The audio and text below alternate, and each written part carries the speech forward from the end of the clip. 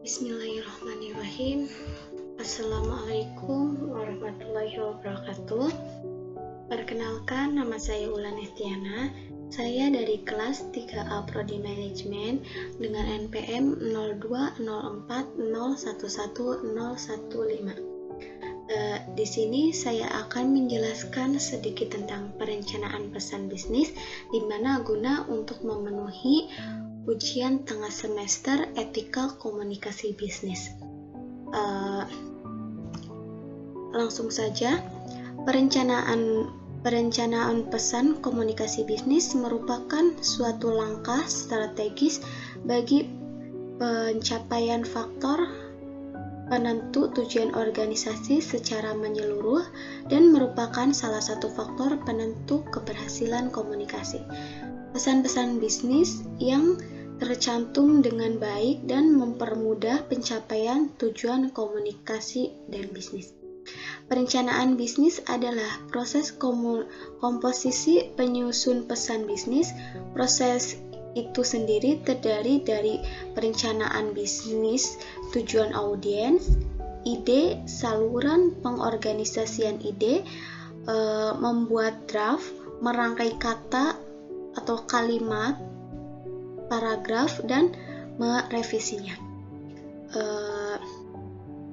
Di sini terdapat tujuan pesan bisnis, yaitu tujuan dalam perencanaan bisnis harus direvisi apakah tujuan tersebut realistis, waktunya tepat, dan dapat diterima. Tujuan yang harus diuji apakah sesuai dengan kemampuan, ketepatan waktu, dan orang, dan selaras dengan tujuan organisasi tersebut.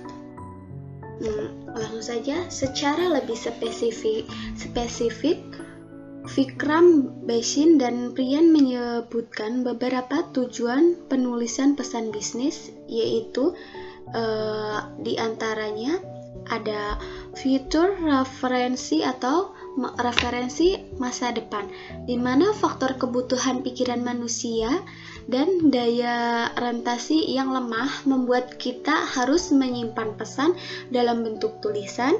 Pesan tertulis dapat disimpan sebagai catatan dan sumber referensi pada masa yang akan datang. Yang kedua, terdapat menghindari kesalahan, di mana dalam mentransmisikan pesan, catatan tertulis sebelumnya akan sangat membantu dalam mengurangi kesalahan dan mencegah terjadinya sebuah penipuan. Yang ketiga, adanya legal requirements atau persyaratan hukum, di mana komunikasi tertulis dapat dijadikan dan diakui sebagai dokumen hukum atau legal dokumen. Yang ketiga, adanya web akses, yaitu akses luas, di mana saat ini proses komunikasi berlangsung dengan sangat cepat melalui berbagai media yang begitu canggih pada saat ini. Yang terakhir, adanya pengambilan keputusan yang efektif. Yang dimaksud dari itu yaitu setiap organisasi atau perusahaan biasanya masih membutuhkan dokumen lama untuk membantu proses pengambilan keputusan yang lebih efektif. Selanjutnya, proses penyusunan pesan dan bisnis. Di dalam proses penyusunan pesan dan bisnis terdiri dari 3, yaitu perencanaan bisnis, pengorganisasian, pesan, revisi. Perencanaan bisnis. Perencanaan merupakan tahap pertama yang perlu diperhatikan dalam menyampaikan pesan bisnis. Pada fase perencanaan memerlukan tahap-tahap yang penting atau memperhatikan beberapa hal penting untuk suatu pesan yang ingin dikomunikasikan. Yang selanjutnya adalah tujuan umum komunikasi bisnis, di mana di dalam tujuan umum dalam komunikasi bisnis terdapat beberapa sub yaitu yang pertama, memberikan informasi yang berkaitan dengan dunia bisnis kepada pihak lain atau informing. Yang kedua, memberikan persuasi atau memujuk pihak lain untuk berkaitan dengan negosiasi antara seseorang dengan orang lain dalam dunia bisnis atau persuading. Yang ketiga, melakukan kerjasama atau kolaborasi antara seseorang dengan orang lain, baik perusahaan domestik maupun perusahaan asing, atau collaborating. Selanjutnya, dalam pesan bisnis terdapat hal-hal untuk melakukan analisis terhadap audiens, di mana di sini terdapat 7, yaitu yang pertama, mengembangkan profil audiens itu sendiri.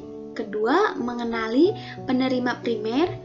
Ketiga, menetapkan jumlah dan komposisi audiens. Keempat, mengatur tingkat pemahaman audiens. Kelima, pemikiran relasi penerima. Keenam, memenuhi kebutuhan informasi audiens.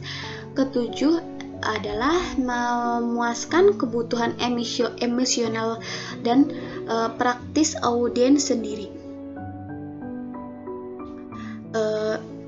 Selanjutnya, terdapat penentuan ide pokok,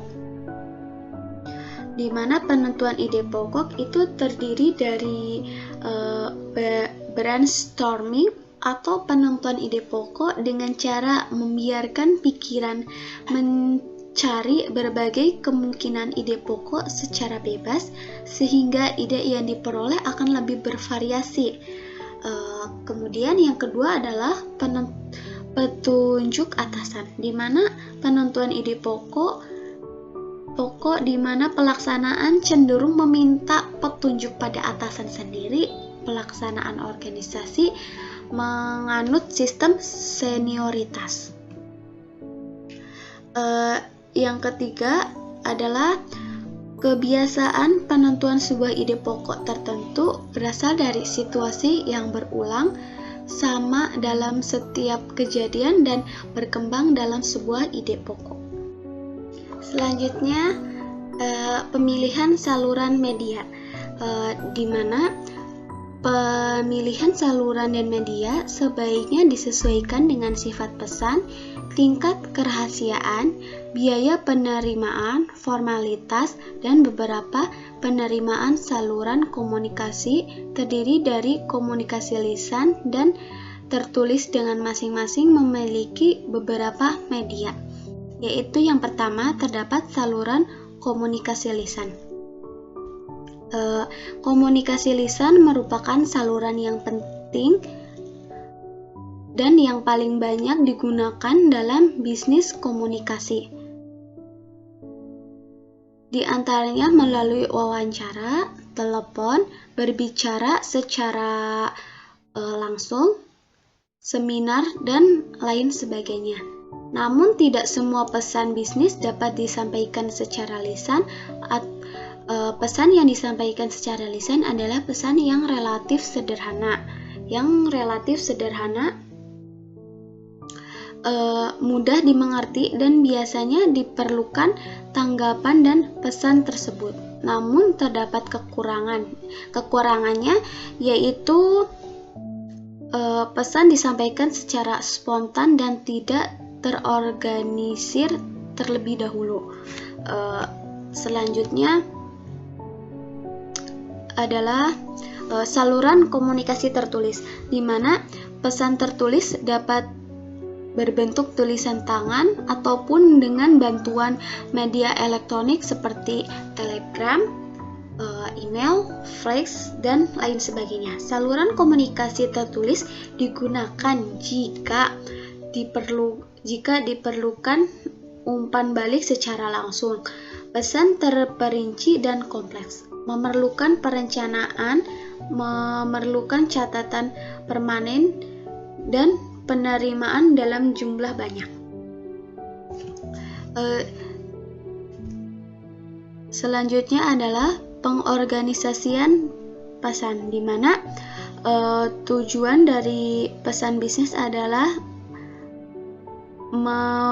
pemahaman penerimaan. Oleh sebab itu, untuk mempercepat dan meningkatkan efisien penyusunan pesan, perlu mengorganisasikan pesan dengan baik. Mengorganisasikan pesan dengan baik dapat dilakukan melalui langkah-langkah berikut ini, seperti pengelompokan ide dan disajikan secara logis atau dibuat outline-nya. Kedua adalah subjek dan tujuannya harus jelas.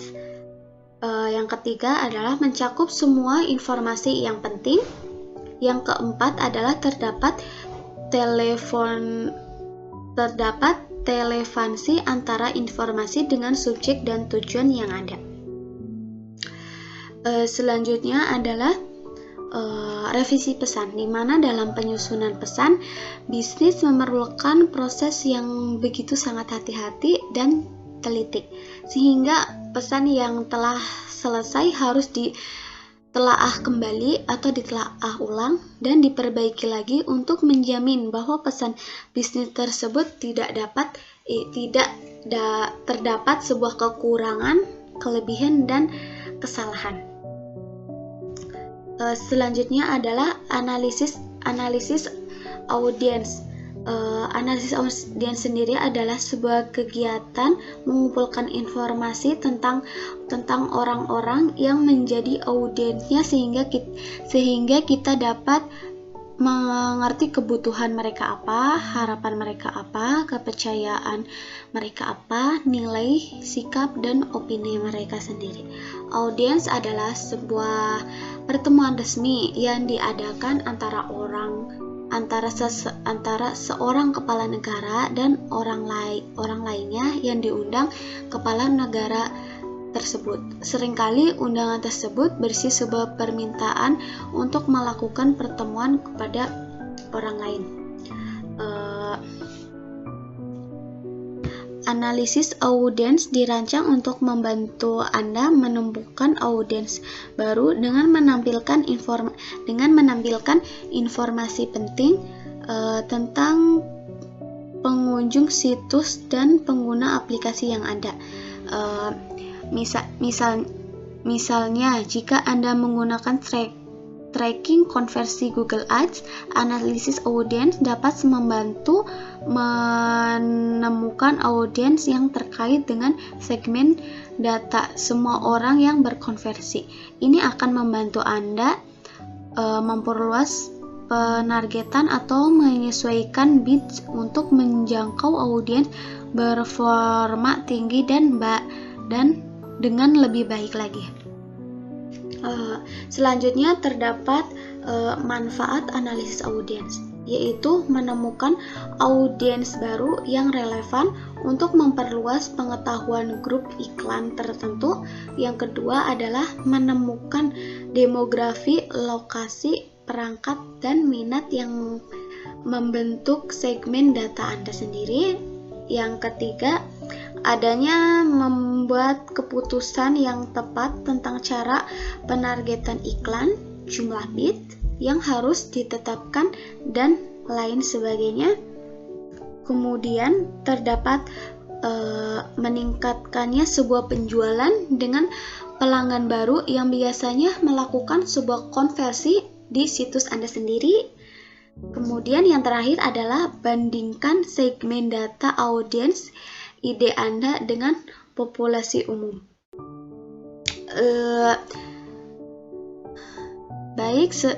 Terima kasih.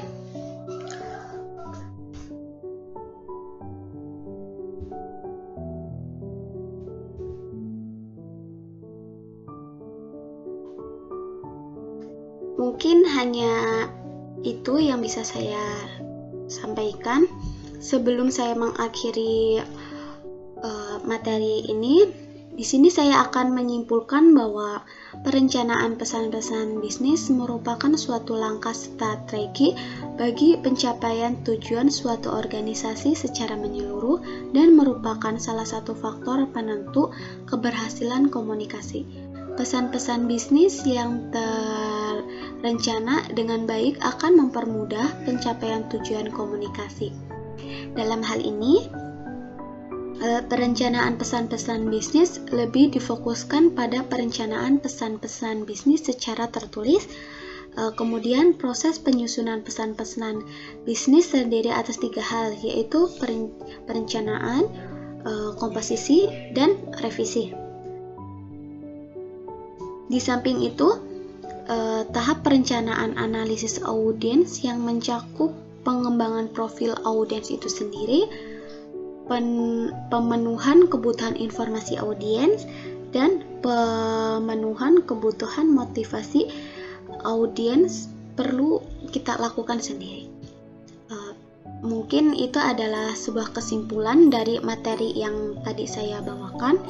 Kemudian di sini ada sedikit saran dalam penyusunan proses pesan bisnis, yaitu berdasarkan dengan judul tersebut perlu dipelajari sehingga kita dimudahkan untuk menjalankan sebuah proses komposisi penyusunan pesan bisnis. Proses itu sendiri terdiri dari perencanaan tujuan audiens itu sendiri apa, ide, saluran, pengorganisasian ide, membuat draft, merangkai kata atau kalimat, paragraf, dan merevisi dalam sebuah kebutuhan yang akan kita lakukan. Mungkin hanya itu yang bisa saya jelaskan. Apabila ada terdapat salah kata atau salah pengucapan, mohon dimaafkan. Selebihnya, Assalamualaikum warahmatullahi wabarakatuh.